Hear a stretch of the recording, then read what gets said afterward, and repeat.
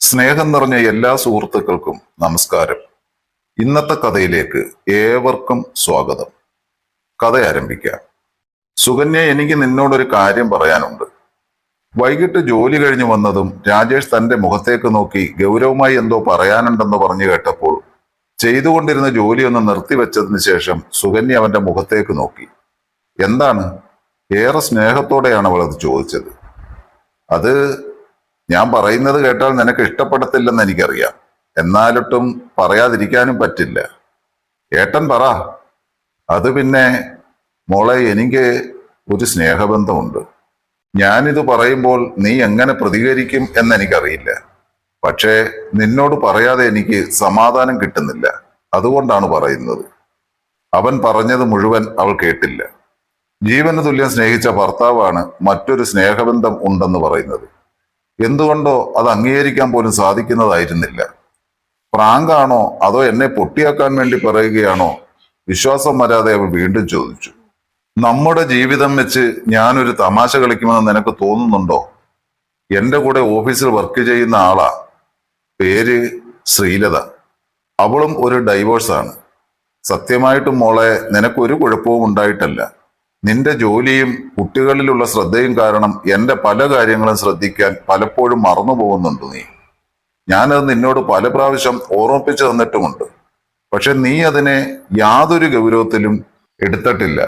അങ്ങനെയുള്ള സാഹചര്യങ്ങളിലാണ് ഞാൻ ശ്രീലതയുമായി എടുത്തത്. തെറ്റാണെന്ന് 100% അറിയാമായിരുന്നിട്ടും എന്റെ ഭാഗത്തു നിന്ന് നോക്കുമ്പോൾ അത് ശരിയായിരുന്നു. എന്റെ ഭാര്യയിൽ നിന്ന് എനിക്ക് കിട്ടാത്ത സന്തോഷവും സമാധാനവും ഒക്കെ എനിക്ക് തന്നത് ശ്രീലതയാണ്. അതുകൊണ്ട് തന്നെ അവളെ മറക്കാൻ എനിക്ക് സാധിച്ചില്ല. അത് പ്രണയത്തിലേക്ക് വഴിമാറി. അവളില്ലാതെ പറ്റില്ല എന്നൊരവസ്ഥയിലേക്ക് ഇതാ ഞാനിപ്പോ എത്തി. അവളും അങ്ങനെ തന്നെയാണ്. ആദ്യ ബന്ധം പിരിഞ്ഞുവെന്നല്ലാതെ ആ ബന്ധത്തിൽ അവൾക്ക് കുട്ടികളൊന്നുമില്ല. അത് ശരി. ഇപ്പോൾ നിങ്ങൾ വളച്ചുകെട്ടി പറഞ്ഞുകൊണ്ടുവരുന്നത് എന്താ? ഞാൻ എവിടെയാണെന്ന് വെച്ചാലും നിങ്ങൾക്ക് ഒപ്പിട്ട് തരാം.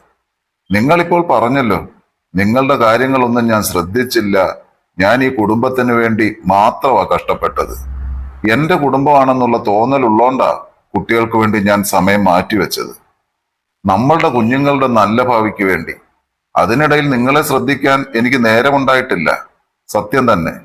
രാവിലെ 5 മണിക്ക് എഴുന്നേറ്റ് ഈ വീട്ടിലെ ജോലി മുഴുവൻ ചെയ്ത് ഞാൻ ഓഫീസിലേക്ക് പോയി അവിടെയും ജോലി ചെയ്യുന്നതേ വെറും നക്കാപ്പിച്ച ശമ്പളത്തിനാണ്. നമ്മുടെ കുടുംബം നന്നായി മുന്നോട്ട് പോകണമല്ലോ എന്ന് കരുതി മാത്രം. ചെറുതെങ്കിലും ആ തുക ഞാൻ വേണ്ടെന്ന് വെക്കാത്തതേ അതുകൊണ്ടാ. ക്ഷീണിച്ചു വന്നാൽ ഒരു ഗ്ലാസ് ചായ ഇട്ട് തരാൻ പോലും ഇവിടെ ആരുമില്ല. ഞാൻ തന്നെയാണ് എല്ലാം ചെയ്യുന്നത്. ഞാൻ ഒരു പരാതിയും പറഞ്ഞിട്ടില്ല. കാരണം നമ്മുടെ കുടുംബത്തിന് വേണ്ടിയാണല്ലോ.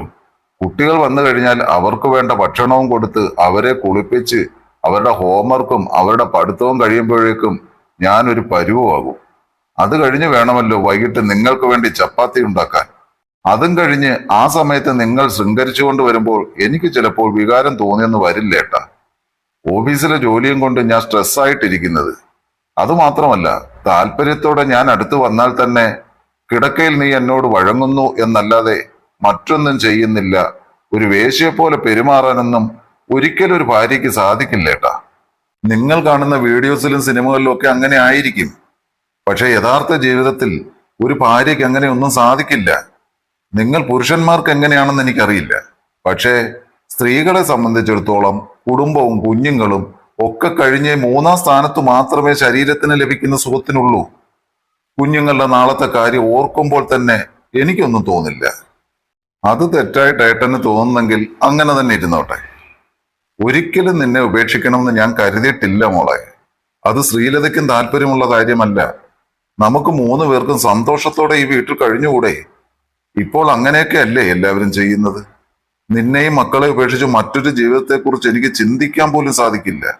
ശ്രീലതയും പറയുന്നത് നിന്റെ കൺസെന്റ് മാത്രം കിട്ടിയാൽ മതിയെന്നാണ്.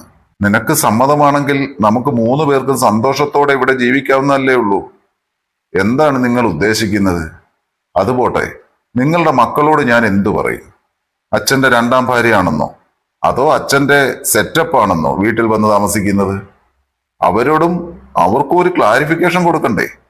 നമ്മുടെ മോളെ, അവളിപ്പോ അത്ര ചെറിയ കുട്ടിയൊന്നുമല്ല കേട്ടോ. അവൾക്കിപ്പോൾ 10 വയസ്സായി. കാര്യങ്ങളൊക്കെ മനസ്സിലാക്കാനുള്ള സമയമായി കാണും. അച്ഛൻ ആ കുട്ടിയെ വിവാഹം കഴിക്കുന്നു എന്ന് പറഞ്ഞാൽ അവൾക്ക് മനസ്സിലാകും. ഇനി വരുന്ന ജനറേഷൻ കുറച്ചുകൂടി അപ്ഡേറ്റഡ് ആണ്. അവർക്ക് ഈ പറയുന്ന കാര്യങ്ങളൊക്കെ മനസ്സിലാക്കാൻ സാധിക്കും. നമ്മൾ ഇപ്പോൾ സെപ്പറേറ്റ് ആയാൽ തന്നെ നീ ഒറ്റയ്ക്ക് കുട്ടികളുടെ കാര്യം എങ്ങനെ നോക്കും മോളെ? മാത്രമല്ല, കുട്ടികളെ പിരിഞ്ഞിരിക്കാൻ എനിക്കൊട്ട് സാധിക്കത്തുമില്ല. കുട്ടികളെ മാത്രമല്ല, നിന്നെയും. ഇടക്കാലാശ്വാസം അല്ലേ? അവളെ മടുക്കുമ്പോൾ എന്നെ തേടി വരാനാണോ? അതോ ഞാനും അവളും നിങ്ങളുടെ ഇടതും വലതുമായിട്ട് കട്ടിൽ കിടക്കണോ? രാത്രിയിൽ ഞങ്ങളുടെ രണ്ടുപേരുടെ ഒപ്പം ആയിരിക്കുമോ നിങ്ങള്? അതോ ഓരോ ദിവസവും ഓരോരുത്തരുടെ കൂടെ ആയിരിക്കുമോ? അങ്ങനെയാണെങ്കിൽ കൂടുതൽ ദിവസവും നിങ്ങൾ തന്നെ പറഞ്ഞല്ലോ എനിക്ക് സെക്സിനോട് താല്പര്യമില്ല എന്ന്. അപ്പോൾ താല്പര്യമുള്ളവർക്കൊപ്പം ആയിരിക്കുമല്ലോ. പിന്നെ ഈ വീട്ടിൽ എന്റെ സ്ഥാനം എന്താണ്? ഇവിടുത്തെ ജോലികൾ ചെയ്യാനും നിങ്ങളുടെ കുട്ടികളെ നോക്കാനുമുള്ള ഒരു വേലക്കാരി അല്ലേ?